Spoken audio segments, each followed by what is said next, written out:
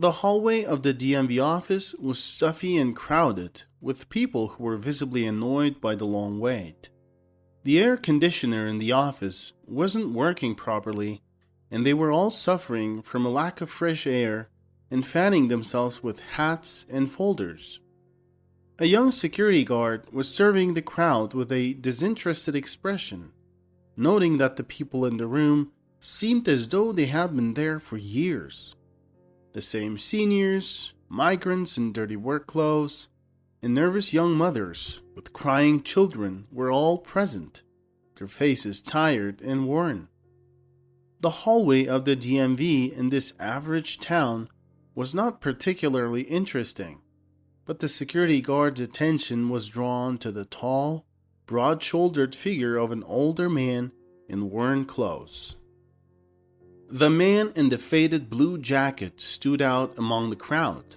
Though his jacket was similar in style to those worn by soldiers, he did not have the polished and well-groomed appearance of a Navy warrior. Instead, he had an unkempt and almost scary look. Half of his face was covered by a large burn scar, and his hands, which he kept hidden in his pockets, were similarly disfigured. He towered over the other people in the hallway, looking out of place and anxious. He kept glancing at his watch, aware that the DMV office was closing for lunch soon.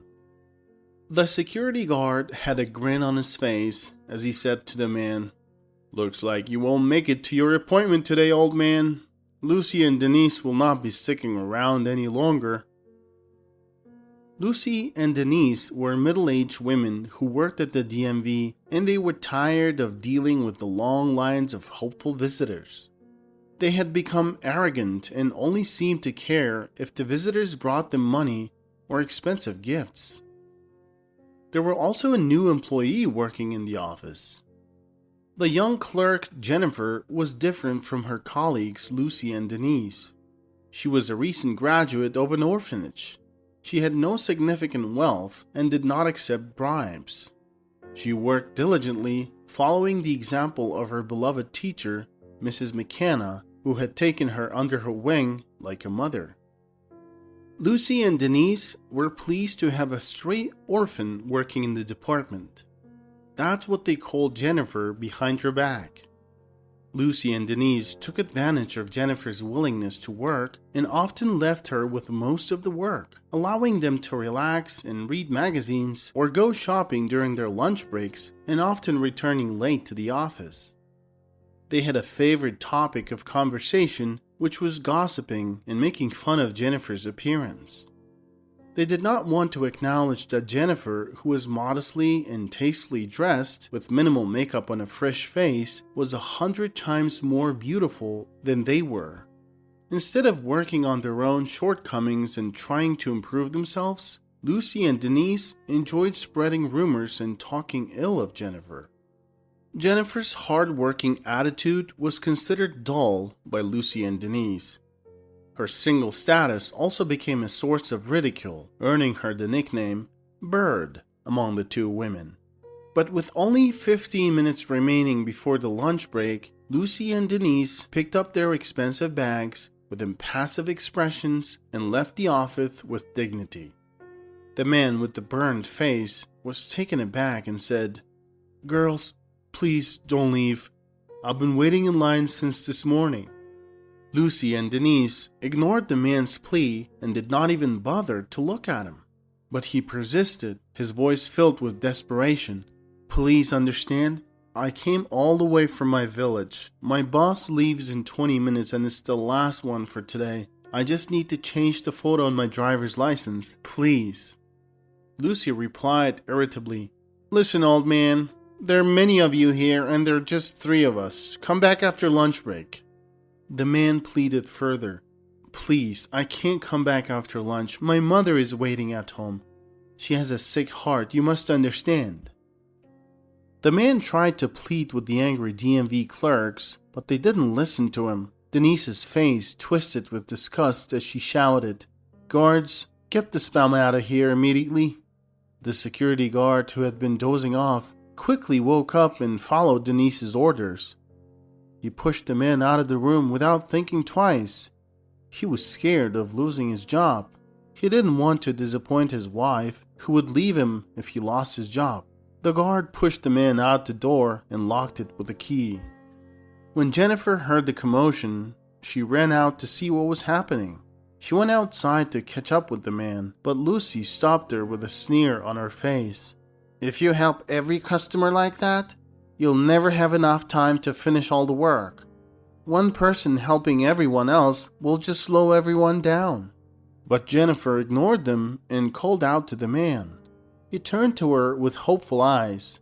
When Jennifer saw the burn scar on his face, she hesitated but quickly composed herself and said, "Please come back to the office.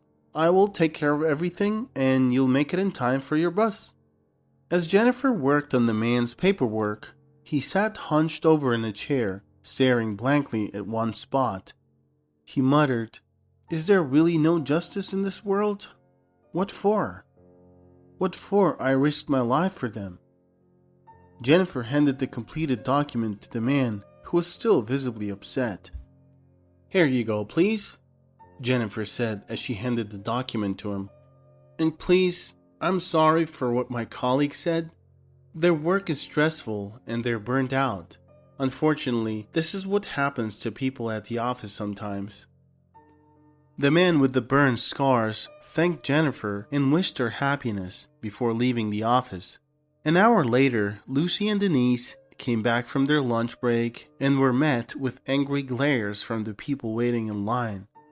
Someone in the crowd said, "Insolent. No words.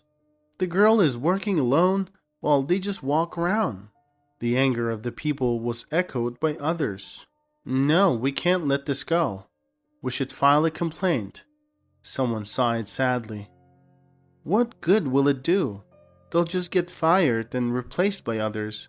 It's better to just give them money and let them choke on it." The day continued as normal. In the evening, Lucy and Denise laughed and mocked Jennifer. "We have never seen such a fool, and you will be the first one. That man lied to you and got help out of pity, and you got tricked." But the girl didn't pay attention to her colleagues' words. She quickly went home where her beloved cat was waiting for her. Felix probably got bored and tore the wallpaper again, Jennifer thought with a smile, happily tapping her heels on the pavement. A few days later, the authorities paid a visit to the DMV. The guard perked up when he saw the city mayor, Mr. Reckenzone, getting out of his expensive SUV with his entourage. Mitchell Reckenzone confidently marched down the narrow corridor and firmly grasped the door handle. When he heard, "Busy, no need to roam around without a call," he flung the door open to the office. Lucy and Denise were frozen in place, unable to speak. Their coffee mugs trembled in their ringed hands. Jennifer looked on with interest as the formidable boss exclaimed, "What kind of nonsense is going on here?" The mayor continued, "The other day an honorable resident of our city and war hero, Chris Dober, came here, and you humiliated him." Lucy and Denise tried to defend themselves, batting their eyelashes, but the mayor didn't even want to listen. It turns out that the hero missed the bus after all. Desperate, he decided to walk with the hope of catching a ride. An expensive SUV stopped in front of Chris. The driver was the mayor himself, who recognized the honorable citizen and felt it was his duty to take him to his destination. Chris Dober, a submariner midshipman, served on a nuclear submarine for a long time. One day, a terrible fire broke out on the ship, threatening to turn into a large-scale disaster that could destroy dozens of human lives and cause irreparable damage to the environment. After putting out the fire, Mr. Dober received severe burns and became disabled. Chris was discharged from the service and sent home for a well-deserved rest. But in his hometown, new troubles awaited him. His wife, seeing the condition he was in, quickly packed her suitcase and left him. Later, Chris found out that his ex-wife was having an affair with a small market trader. After that, she was seen with another guy, and in another, an unemployed drunkard. Mr. Dober went to his village to live with his elderly mother and led a solitary life. He started drinking, but did not lose control. He helped his mother with housework, completely forgetting to take care of his appearance. He forgot that many people still judge a person by their clothes, so he came to the DMV office in shabby clothes that made him feel comfortable. In the village, the inhabitants had long known and gotten used to his old midshipman's pea jacket and the scars on his face. After the mayor paid a visit, both Lucy and Denise were let go, and Jennifer was given the role of head of the DMV office. Although the position came with added responsibilities and concerns, Jennifer embraced the challenge and made an effort to treat customers with kindness. She assembled a young team and the DMV began operating efficiently. As a result, customers no longer had to wait in long lines and the employees received positive feedback from satisfied visitors. Jennifer's personal life also took a turn for the better when she met a charming man who worked as a camera operator for a local television station. The journalists visited the DMV to film a story about Jennifer and her profession, and the young operator was taken with Jennifer's friendly and open demeanor. They went on a walk together after work, and soon after, he invited her to the movies. A month later, Jennifer and her new boyfriend Greg became inseparable, and her cat, who had previously been destructive due to boredom, stopped tearing up the wallpaper as he was content with a new love in the household. On Memorial Day, Jennifer and her friends, including Greg, who was filming a story for the evening news, attended the gathering together. Jennifer was invited as a guest of honor, being recognized as the best social worker. While on the stage, she saw a distinguished man in full dress uniform. The sailor's chest was adorned with medals and decorations. Jennifer recognized the man as Chris Dober, a brave hero. The sight of him made her heart race with pride. Today, the hero gave a heartfelt speech to the residents. He shared his life story and spoke about his deeds, modestly noting that he fulfilled his duties and served his country not for the sake of receiving medals. "The most important thing is to be human. Not everyone can put themselves in harm's way or sacrifice themselves for others. For me, the epitome of honesty and integrity was a kind and lovely girl who reached out to me when everyone else had turned away." As Jennifer heard her name being called, she saw the hero extending an invitation for her to come up to the podium. With the help of others, she climbed up onto a tall platform. The entire city erupted in applause as the honorary citizen presented her with a beautiful bouquet of lush roses. Greg captured the moment on camera, and in the evening, while watching the news, he excitedly told Jennifer that she should have no doubts about his sincere and true love for her. "Why?" Jennifer asked. "Look how beautiful you are on the screen, just like a movie star," he replied. "They say that the camera loves a person, meaning the operator is infatuated with the person they captured." Jennifer laughed and said, "Greg, you scoundrel.